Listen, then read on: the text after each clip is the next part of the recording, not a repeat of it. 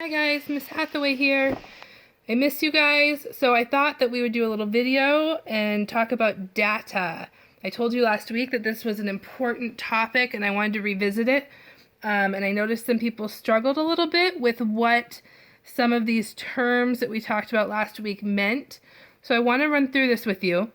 So I started with a data set of the number of times each day that I miss my students and wish that we could go back to school. Because it happens all the time. So I outlined some data here. Monday through Sunday, Monday through Friday. So if you count this up, I gave you 12 pieces of data. Our first step is to always put the data in numerical order. So I went through my list and I said, okay, 4 is my smallest number. What's next? A 6, and I put it all in order.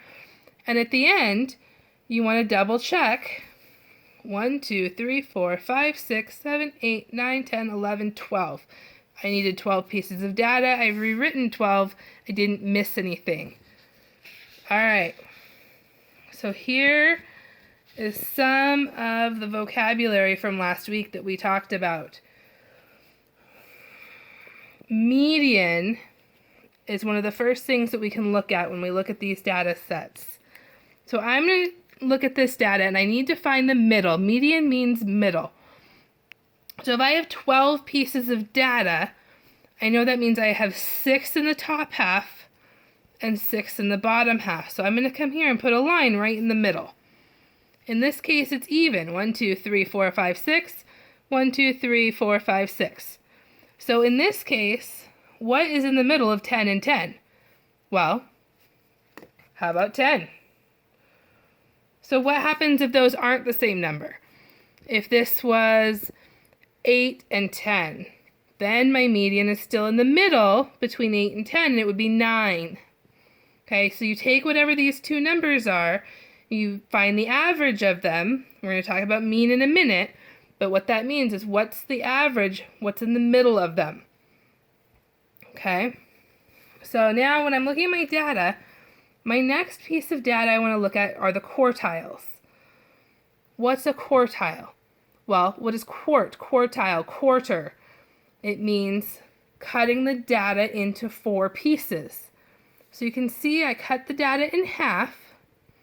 If I cut the data in half again, I'm going to find my first quartile. See how I have 1, 2, 3, and 1, 2, 3. Well, here, what's my middle? Well, what's halfway between 7 and 8? 7.5. Okay. My quartile 3, so my upper third quartile, my upper quartile, it's going to go right there. 1, 2, 3, 1, 2, 3. Again, halfway between 11 and 12, 11.5. Okay, so I've cut my data now into 4 quartiles. Minimum and maximum are our next 2 really important pieces of data. Well, guess what? We already found them when we sorted our data into numerical order. If you skip this step, you have to go back and go hunting for your minimum and maximum. If you follow step number 1 and put it in order, look, here's my minimum, here's my maximum. Easy, pull those right out. All right, range. When we talk about the range of the data, we're talking about what the data covers. The distance numerically that the data covers. So this data goes from 4 all the way up to 15. So how far is it? What's my range to go from 4 to 15? Well, I can find that by going 15 minus 4, or my max minus my minimum. In this case, my range is 11. Okay, the next thing to look at is what can we do with this data? We had a little snafu with our first video, so I already colored this in. But I'm going to walk through it with you. The first thing we do is put a dot at our minimum. We found a minimum of 4. This is called a box and whisker plot, by the way. Okay, you'll see we end up with our boxes and our whiskers. So our whiskers go out to our minimum and our maximum, which were 4 and 15. We draw a line at the median, which was 10, a line at the upper quartile, which was 11.5, a line at the lower quartile, which was 7.5, and then we connect the top and the bottom of the box, and we connect the box out with our whiskers. That is how we draw a box and whisker plot. Now, what does this tell us? Why do we draw this out? Well, in this case, these are each a quartile. We have our quartile 1, and in this case, our quartile 1 goes 1, 2, 3 and a half, and our quartile 2 goes 1, 2, 3 and a half. So our first and fourth quartiles are actually equal. So our data is very balanced on the outer quartiles. But if we look at our inner quartiles, we can see that we have more data in our third quartile because that quartile is shrunk. It means more pieces of data are in a smaller area. And our second quartile is more spread out. Okay, so that's a box and whisker plot. 2 more little vocabulary words from last week were mode and mean. And I mentioned mean briefly a minute ago, so we're going to talk about it. Mode, first, mode means most. Mode, most. In this case, if we go to look at our data, we want to find the number that appears the most often. Now, in this data set, we actually have 2 10s and 2 11s. So we actually have 2 modes, 10 and 11. If there was no number that appeared the most often, we'd have no mode. So to find mean, we talked last week about mean. All you have to do is take all the numbers in your data set and add them together, which in this case, it added up to 116. And then you divide by the number of pieces of data, which in this case was 12. Because I gave you data over 12 days. And that equaled 9.67. Okay, and it was actually 9.66 repeating, so I rounded it up to 9.67. All right. So that is a whole bunch of useful data that we've been able to talk about. So this mean of 9.67 falls pretty close to our median. It's really pretty well in the center. It means our data was pretty evenly balanced. If our mean was way up here or way down here, it would mean we had outliers which were dragging our data in one direction or the other. Okay. Now, what if I gave you some more data? I realized I want to give you 2 full weeks worth of data instead of just 1. So I'm going to add the last Saturday and Sunday that we're missing from our data. Okay. What does that do to all of these numbers? Well, first, step 1, order the data. Okay, so I've plugged in the 5 and another 10. Those were missing. All right. So, let's cut our data. Now I have 14 pieces of data. So now I'm going to count 7 on either half. 1, 2, 3, 4, 5, 6, 7. So I think my median's probably going to be there. 3, 4, 5, 6, 7. Yep. So I'm going to put a line right there. There's my median. Well, my median didn't change. It was 10. Still 10. Interesting. Okay, let's see what happened to Q1. So now I have 7 pieces of data here.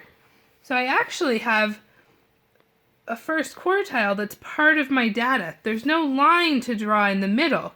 So if you get to where I have 1, 2, 3, 1, 2, 3, that number right there, Q1 is 7. And the same thing should happen. It should be the same on either side. If you have even data, you'll end up with lines in the middle. If you end up with an odd number over here, you'll end up with that. And on this side, 1, 2, 3, 1, 2, 3, that 11 is our upper quartile. Okay, so our quartiles shifted a little bit, which is interesting. So let's see what happens here. What's our minimum?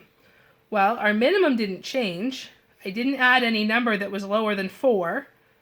And the same with our maximum. I didn't add a number that was bigger than 15. So if my minimum and maximum didn't change, then my range didn't change. It's still 11.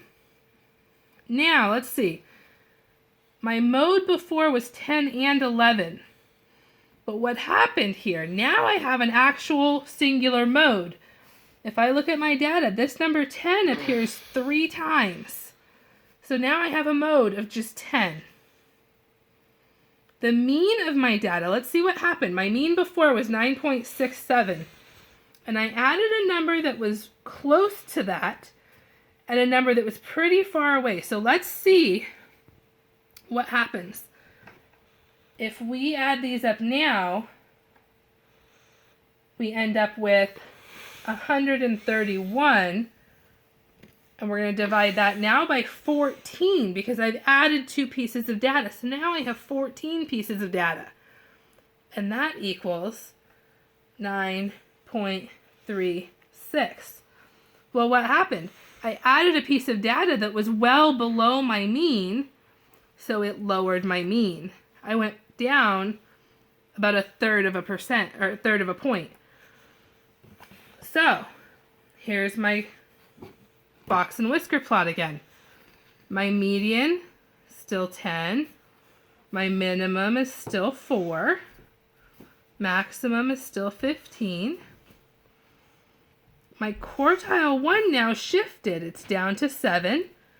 My quartile 2 is up to 11, or shifted down to 11. So now look what's happening to my box and whisker. Look, that quartile got even more condensed because I added another piece of data that was in that same box. So it condensed the box even more. And my quartiles now, let's see what happened. Because I added a piece of data here, and I added a piece of data here, look what happened. This before was 3.5. Now it's 3. 1, 2, 3, 4. So where these were even before, now the whole plot has shifted to the left a little bit. These quartiles are smaller, and this upper quartile got a lot longer because we added data on the other end of the plot. So, one last thing. What other piece of information could we find in all of this data? One other thing you might look at would be a frequency chart. So here's a frequency table. I want to know, what day did I miss you guys the most?